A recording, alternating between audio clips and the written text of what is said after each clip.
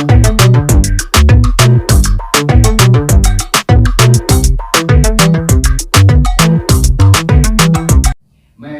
आमंत्रित कर रहा हूँ श्रीमती सेठी जी को कि वो भी कुछ आकर के कहें। मेरा नमस्कार। ये पुस्तक मेरे हाथ में अभी अभी आई और इसके पन्ने पलटते ही जो एक पोएम, एक कविता जो मेरे एक रचना जो सामने आई है वो है अमावस। उसने ही मुझे इतना प्रभावित कर दिया कि मैं अगला पन्ना कोई पलट ही नहीं पाई वो। और मुझे थोड़ा सा ये महसूस हुआ कि शेखर जी की कविताओं में, रचनाओं में मुझे लगता है सभी वर्गों का वर्णन है। मतलब ये touch almost all categories of people. तो मैंने देखा कि कोरोना के टाइम में मजदूरों की भी बात है, पॉलिटिशियंस की भी बात है, अलग अलग वर्ग के लोगों की बात है। और इस पर्टिकुलर कविता में एक स्त्री की बात है जो उसके साथ घटता है, तो वो उसका थोड़ा सा चित्रण जो मुझे बहुत ही छू गया, मैं उसी को इस वक्त पढ़ना चाहूंगी। कविता है अमावस। शर्म आती है कि उस देश के हैं हम जहां प्रधानी का चुनाव हार जाने पर देकर तलाक कर देता है पति। वर्षों का दाम्पत्य जीवन एक झटके से हलाका। आरोप बस इतना कि नहीं मिले थे वोट मायके के गांव से। अब उस स्त्री का कसूर इतना है कि उसके मायके में उसके पति को वोट नहीं मिली। चेता तो दिया था उसने पहले से ही कि भुगतेंगे सब जो ना जिताया उसे। वार्निंग दे दी थी, भाई सब लोग तेरे गांव के भुगतेंगे, तुम सब भुगतोगे, जिताया नहीं। कहाँ भुगते सब? भुगती है पत्नी और 6 बच्चे। भुगती है पत्नी और 6 बच्चे। बाकी सब शरीफ दुष्यंत के। दूर जाके बैठ गए, समस्या से हटके। शर्मसार हुई मानवता एक बार फिर से। फिर तलाक तो महिला के द्वारा लिया नहीं जाता, उसे तो दिया जाता। फिर तलाक तो महिला के द्वारा लिया नहीं जाता, उसे तो दिया जाता है जबरन। जैसे यदा कदा की छोटी मोटी चोरियों के बाद डाली गई वो बड़ी डकैती। यदा कदा की छोटी मोटी चोरियों के बाद डाली गई वो बड़ी डकैती। 6 बच्चों की माँ वैसे भी थक चुकी होती है, चुप चुकी होती है हर तरफ से। दाम्पत्य जीवन तो अब हुआ है खत्म, जबकि दाम्पत्य प्रेम तो कब का हो चुका है बस। जिंदगी की भट्टी में, इच्छा में, शिक्षा में, दवा में, दारू में, दाम्पत्य जीवन के असंतुलित निर्वहन में। धर्म के ठेकेदार, समाज के स्वयं पहरेदार कर रहे बस बौद्धिक जुगाली। तलाक की चीरफाड़, नैतिकता का पोस्टमार्टम, धर्म से, शास्त्र से, दिशाहीन द्वंद से, नपुंसक धर्म से। कुछ न कर पाने की खिसियाई सी संवेदना, कुछ न कर पाने की खिसियाई सी संवेदना चिपकी है मुंह पर जैसे कालिक खुद गई। चिपकी है मुंह पर जैसे कालिक खुद गई हो। इस अमावस्या की दिवाली देखते हैं कब आएगी। इस अमावस्या की दिवाली देखते हैं कब आएगी, देखते हैं कब आएगी। तो इस रचना को पढ़ते हुए मैं पूरा चित्र खींच सकती हूँ उस स्त्री का, उसके भावनाओं का, कि वो कैसे, एक स्त्री कैसे महसूस करती है जब जिंदगी की चक्की में पिसते थे, उसका कोई कसूर ना होते हुए भी उसको कितनी प्रताड़ना मिलती है। कितना सुंदर इसमें चित्रण है। शेखर जी बहुत ही बधाई के पात्र हैं कि उन्होंने इतनी सुंदर कविताएं लिखी हैं और बहुत संवेदनशील कविताएं हैं, इसी दिल को छू जाने वाली कविताएं हैं। धन्यवाद। संवेदना को छूने वाली कविता, नारी की जो पीड़ा वो उसको इतने अच्छी तरह से इसमें व्यक्त किया। एक छोटा सा उदाहरण देकर के, जबकि अगर हम अपने लोक साहित्य को देखें तो न जाने कब से, हजारों वर्ष से अपने लोकगीतों के वो सीधे बात नहीं कह पाती है। मैं उस नारी की बात करता हूं जो कि जिसका चित्रण इसमें किया गया है।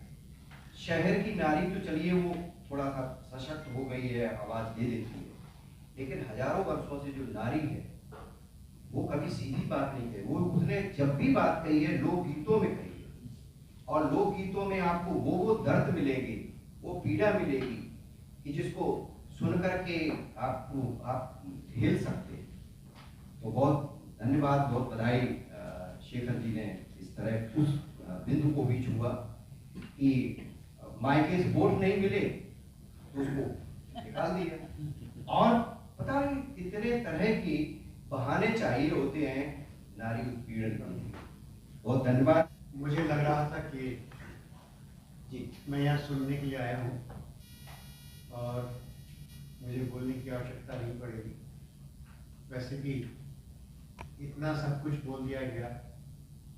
कई कविताएं जो हैं उनके दृष्टांत की उद्धरण भी यहाँ पर हुए। एक आध कविता तुलजा जी बोल रही थी कि आपने भी इसके बारे में जिक्र किया था।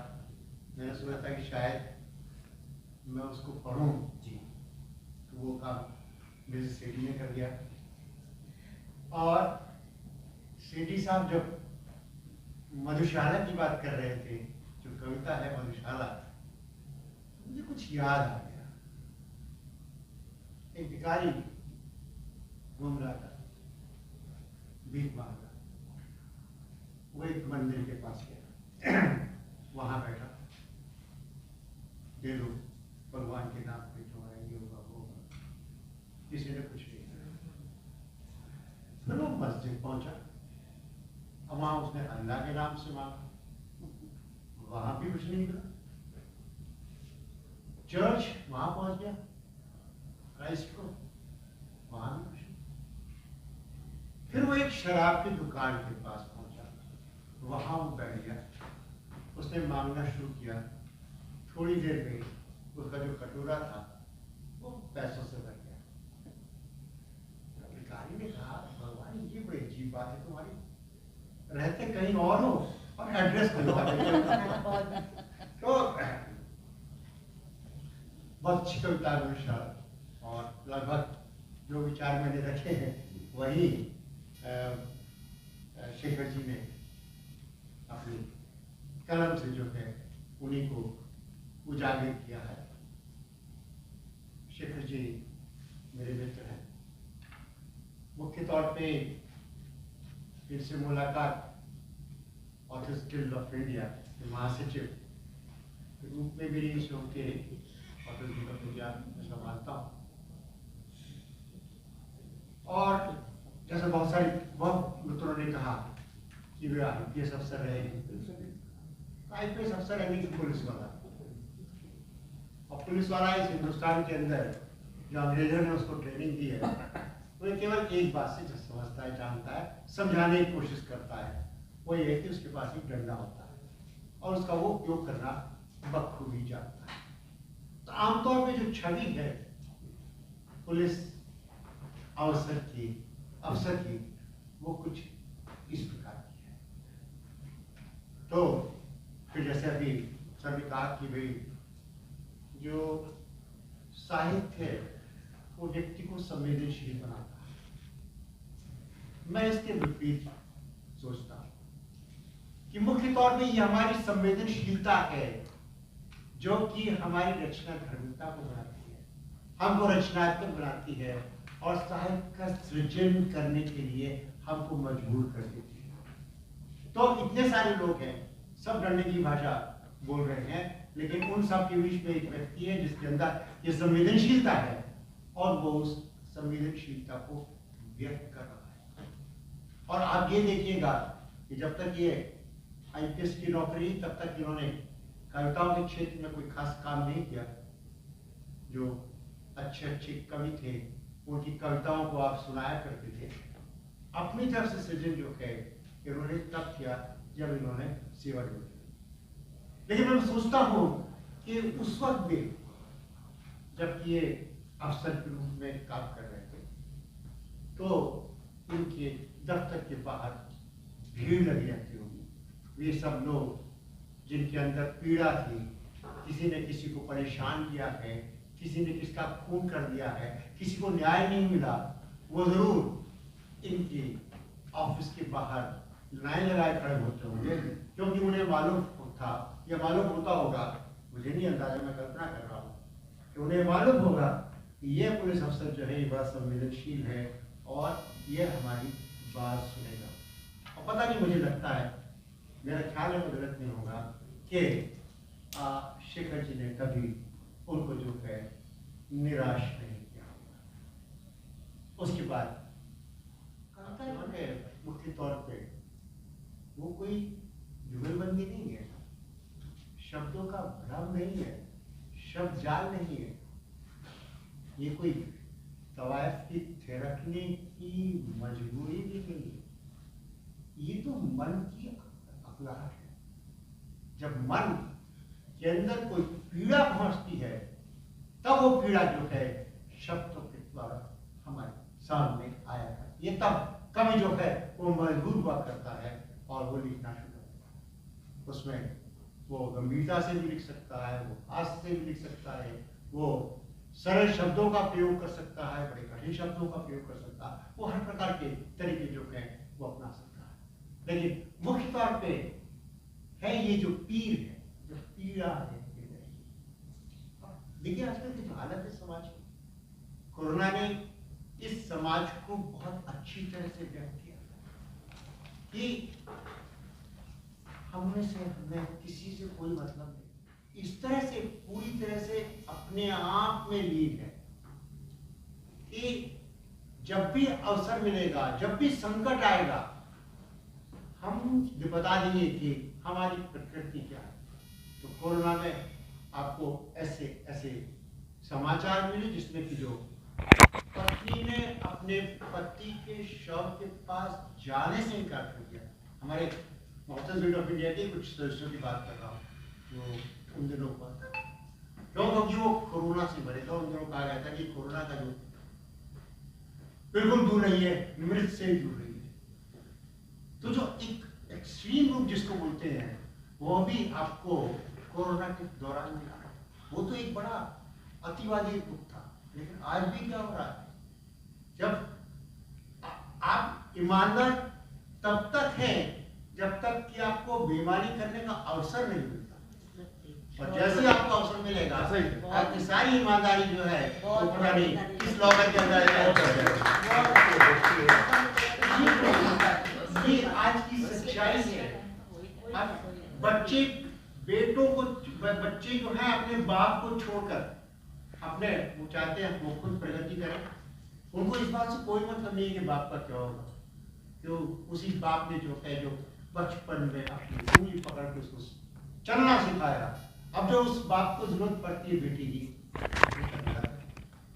बेटा जो है वो अमेरिका में बैठा हुआ है, ब्रिटेन में बैठा हुआ है कि हमको खूब पैसा मिल रहा है, क्या बताइए। तो ये जो सामाजिक विघटन, कि कोई कहता है कि मूल्यों का विघटन, मैं तो कहूंगा मूल्य रह ही नहीं, कहीं कोई मूल्य नहीं। तो जब इस तरह की हालत होगी, जब समाज जल रहा होता है, तब कविता जो है वो हंस नहीं सकती, और यदि कविता हंसती है तो वो कविता नहीं है। और मुख्य तौर पे आप देखिएगा इसमें इस बात को जो परिलक्षित आप देखते होंगे, इसी में इस पुस्तक के अंदर आप ये चीजें देखते हैं कि कहीं कहीं हल्की से वो उन्होंने बात की है, लेकिन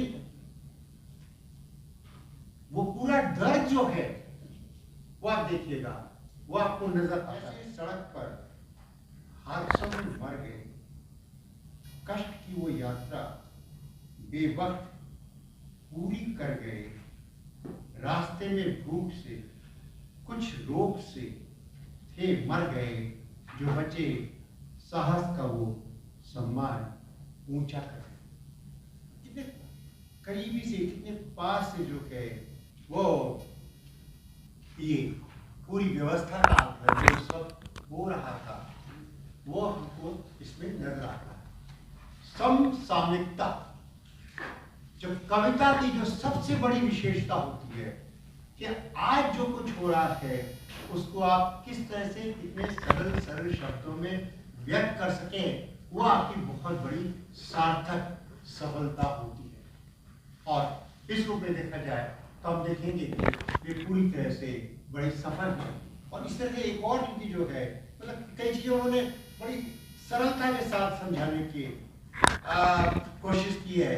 जैसे इनका आखिरी जो कुलिया है, पिद्दी का यह शोरबा करता ओछे काम, जो माने छोटा इसे उसका काम तमाम, उसका काम तमाम, रखें कुछ सोशल दूरी, मास्क पहनना आज हुई सबकी मजबूरी, शेखर की है राय बहुत ही है यह जिद्दी, करता जनसंगार लगे हैं कैसे। तो कितने सरल सरल शब्दों में एक लेखन की जो सबसे अच्छा सबसे बड़ा चमत्कार होता है, एक संप्रेषण की कला में उसको उत्कृष्ट होना चाहिए। और इस रूप में यदि आपने जैसे कहा कि हम लोग सब परीक्षक हैं, आज हमारे सामने एक स्टूडेंट बैठा है, इसको हम लोग जो है नंबर देने वाले हैं, तो मैं तो बहुत अच्छे नंबर दूंगा, क्योंकि इसमें हर तरह की चीज़ें आपको जो है वो मिल जाती हैं। एक और जैसे है कि जो फिर से कौन कितना महत्वपूर्ण है समाज के अंदर, उसको उन्होंने समझाने की कोशिश की है। सभ्यता मजदूर के बल पर रही, सिर उठाती गर्व से जग में सदा, सभ्यता के द्वार पर इनके लिए बंद क्यों रहते हैं, ये है हमारा घर जो बना, हम उस घर में एसी लगाते हैं, नई नई सुविधा लेता, लेकिन वह व्यक्ति जिसने उसको बनाया था, वो मजदूर, उसके साथ हम कितना बहस करते हैं, कितने कम से कम भैया दिक्कत नहीं है, ये नहीं है, तो दुनिया भर का कोई ठीक है अभी काम करना, या तो कोई ये काम नहीं कर देगा। मतलब आप जो है उसको जिसको शोषण बोलते हैं उसमें कहीं पीछे नहीं रहते, चांस मिलता तो हम लोग भी शोषण करते हैं। केवल पूंजीपति है वह शोषण जो है वो नहीं करता। तो मैं समझता हूँ कि यदि हम सब इस प्रकार की बातों को समझने का कष्ट करें, हमारे अंदर एक जागरूकता आए, एक समझ आए कि दूसरे की पीड़ा क्या होती है, दूसरे का दर्द क्या होता है, उसकी व्यथा क्या होती है, तो फिर क्रॉन्च के फिर आज देखो शर नहीं लगा है, तब शर नहीं लगेगा, तब जो है किसी को घायल करने की आवश्यकता नहीं होगी। एक ऐसे समाज की ओर चले जो समाज जो है वो वास्तव में हमको प्यार देगा, हमसे प्यार लेगा, और वही एक आदर्श होगा। मैं समझता हूँ कि डॉक्टर वीरेंद्र कुमार शेखर का मुख्य उद्देश्य इस कार्य संकलन में यही है। आपको बहुत बहुत बधाई।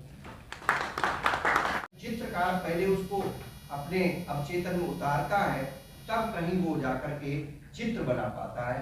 ऐसे देश के और अंतर्राष्ट्रीय स्तर पर जिनके चित्रों की चर्चा होती रहती है, डॉक्टर लाल रत्नाकर जी को नाम दर्ज करा हुआ है, और चूंकि इस पुस्तक के जो अंदर चित्र है वो डॉक्टर साहब ने बनाए हैं। मैं बेसिकली मैं तो रेखाओं का आदमी हूँ, शब्दों वाले बोल रहे हैं, तो मुझे ऐसे भी कहा गया कि कम बोलना है, और दूसरे मैं बोलता कहाँ, मेरे को चित्र बोलते हैं। जब मैं इस शहर में आया था तो मेरी भी एक ललक थी कि इस शहर को एक शकल दी जाए, गाजियाबाद को। ये उन लोगों का शहर था, उचक्कों का शहर था, हत्यारों का शहर था, कुछ कमी नहीं थी उस समय, लेकिन उनकी कविता प्रभावी नहीं थी, उनके चयन थे। और तो खैर आए गए इधर उधर, क्योंकि सर्विस में थे तो उसका कोई इनका इस शहर से मायने नहीं था। तो सबसे मुलाकात हुई व्योम जी से, आपसे, और आप उस समय हमारे शहर के पुलिस अधिकारी थे, तो इस रूप में इनको पहचानना और ऐसे लगता था कि कहीं दो डंडा लगा देंगे और कुछ होगा, लेकिन एक ऐसे जिलाधिकारी आए जिनको मैंने जब ये प्रस्ताव दिया कि शहर को थोड़ा कला का शहर बनाया जाए, उनका नाम है संतोष कुमार यादव, तो उन्होंने शहर से दिया और बहुत ही उत्साह से, आप ये अंदाजा नहीं लगा सकते कि मैंने बहुत थोड़ा सा बजट मांगा था, एक कैटलॉग बनाना था, उन्होंने कहा इसमें क्या होगा, इसको कायदे से करो। और फिर जब कायदे से करने की बात आई तो उसमें तमाम लोग मिलते गए, उसी में आपसे भी मुलाकात हुई, फिर आप फोटोग्राफी के उस समय जबरदस्त अच्छे अच्छे कैमरे, अच्छे अच्छे फोटोग्राफ करते थे, कला पे बात करते थे, लेकिन इनका जो ह्यूमन बीइंग वाला एक पक्ष था कि हर लेवल पर सहयोग करना, और उससे धीरे धीरे धीरे धीरे मैं आकर्षित होता गया। हम लोगों की बहुत सारी योजनाएं बनी, ये जो चित्र हैं, जो फोटोग्राफ हैं, इनको कैसे लाया जाए। तो क्योंकि मैं भी प्राध्यापक था और नौकरी की भागदौड़, उसके साथ बाकी चीजें, तो कुछ आई गई, कुछ हुआ, कुछ नहीं हुआ। कभी भट्ट साहब के बहुत सुंदर सुंदर फोटो खींचे, तो कहीं किसी के खींचे, तो कहीं किसी के खींचे। लेकिन एक दिन इन्होंने मुझे नीरज जी का एक प्रोग्राम कराया, अतुल गर्ग उन दिनों शायद विधायक नहीं थे, उनके घर में, तो आपने हमको भी बुलाया क्या ये। जब नीरज को मैंने सामने से सुना, इन्हें ऐसे सुना करता था, और देखने का मौका मिला, परिचय हुआ, तो मुझे भी लगा कि ये तो मेरी बात तो जा रही है आप लोगों तक ना। तो मैं फिर अपने चित्रों को थोड़ा, क्योंकि उस समय तक एक नए शहर में आके शुरू करना और सारी चीजें शुरुआत हो रही थी, मेरी कई शहरों में एग्जीबिशन हो चुकी थी, तस्वीरें बिकने लगी थी, ठीक ठाक सब कुछ था, लेकिन मुझे लगा कि अगर इस शहर में कला नहीं होगी तो मेरे होने का कोई मतलब नहीं है। मैं ऐसे व्यक्ति काशी से था जिन्होंने बनारस हिंदू विश्वविद्यालय को कला भवन दिया, फादर थे राय दास, उनकी प्रेरणा थी कि मुझे लगा कि मैं बात करता हूँ, देखता हूँ शायद कुछ बन जाए। तो सभी वहाँ के साहित्यकारों को, सीनियर सिटीजन्स को और अफसर्स के साथ मीटिंग की, तो कई तरह के सुझाव आए, लेकिन शहर की अपनी प्रकृति होती है। अब गाजियाबाद कलकत्ता तो नहीं बन सकता, मुंबई भी नहीं बन सकता, और भी कला का शहर नहीं बन सकता, लेकिन जब कोई आता है तो वहाँ कुछ मूर्तियाँ हैं, कुछ और चीजें हैं। अब वो एक नई परंपरा आई है कि आजकल सफाई मिशन के नाम पर इतना कूड़ा किया जा रहा है। तो मैंने उस समय शुरू किया था अपने स्टूडेंट के थ्रू, और देश भर के स्कल्पटर और पेंटर आए। शेखर साहब ने कितने बड़े बड़े उनके प्रोग्राम किए। जब वहाँ पर देश के बहुत बड़े बड़े साहित्यकारों को बुलाया गया, तो उसके संयोजक शायद आप ही थे, और जिसमें नीरज जी आए और जो और गजल के लोग हैं। तो यहाँ के बहुत सीनियर सज्जन थे, PM चोयल साहब, उनको उदयपुर से बुलाया। उस समय वो 103 साल के थे, और मेरे आग्रह पर गाजियाबाद आए।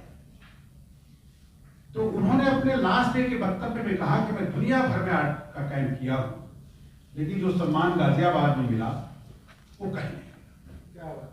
तो उसके पीछे ये लोग थे, और आपने इनकी कविताएं पढ़ी। अभी तो मुझे ऐसा लगता है ना कि जो इनकी असली कविता है, या असली गजल है, या असली दोहा है, वो आना बाकी है।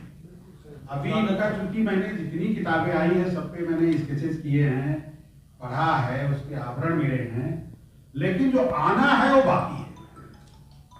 तो इसलिए झूठ मूठ की प्रशंसा के चक्करों में मैं नहीं पड़ता।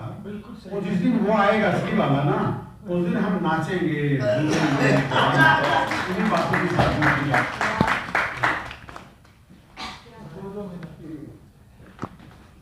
सेठ जी को बुलाऊं, और मैं ये कहना चाहूंगा कि बस एक 2 मिनट में अपनी बात पूरी करें, फिर हम लोग शेखर जी से कुछ प्रश्न करेंगे। मैं बार वही जी।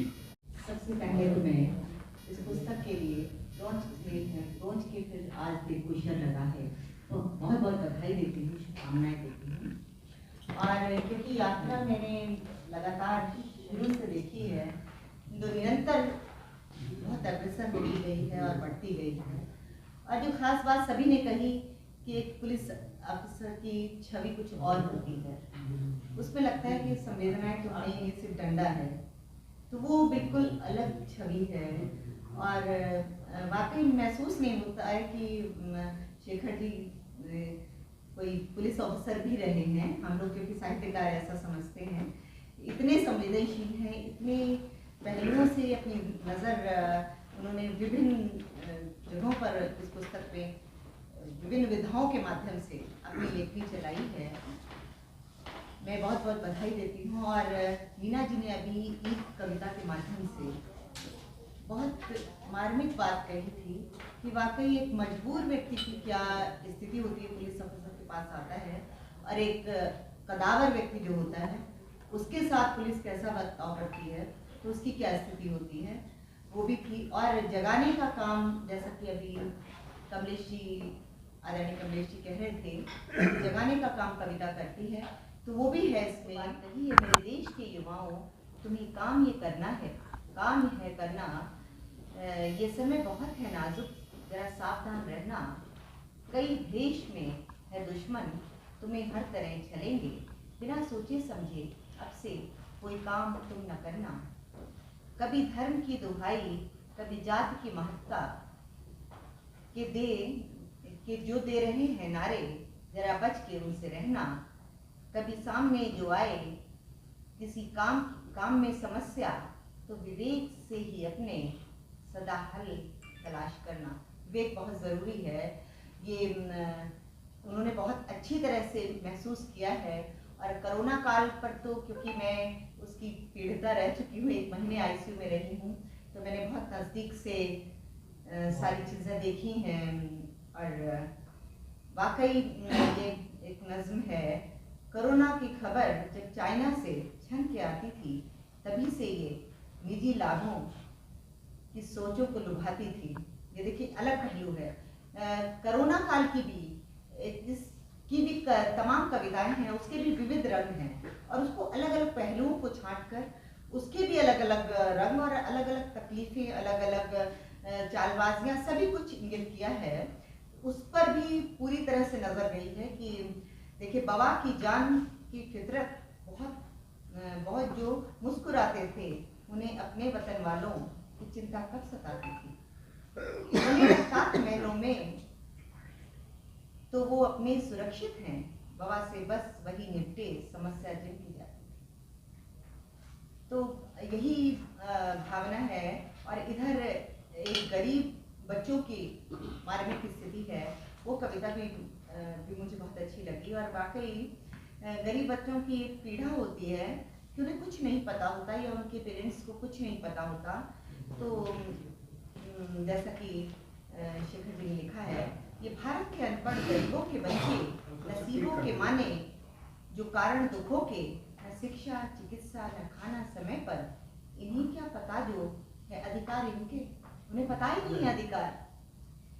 बड़े जो हैं इनके नशों में है जकड़े, ये शोषण का कारण कि कब जान पाते। खटे रात दिन बस कमाने को रोटी, बने शाम को किंग दारू को पी के। न जाने ये बेरोजगारी है क्यों कर, सियासत पे झंडे उठाए हैं फिरते। है विधि में व्यवस्था, सभी को तो शिक्षा, तो क्यों दूर ये ज्ञान के मंदिरों से। वाकई समस्या और समाधान दोनों की ओर आपका ध्यान गया है, मैं बहुत बहुत बधाई देती हूँ। कोरोना की तो बात जब आती है, हर व्यक्ति के पास कुछ न कुछ दर्द का अनुभव जरूर है। मैं भी उन दिनों दिल्ली में ही था, डिप्टी डायरेक्टर एजुकेशन था, और देखा है मैंने सुबह से शाम तक क्या स्थिति होती थी। तो उस पर आपने संवेदनशील कविता लिखी है। बार बार चंद्रकांत जी को वो आए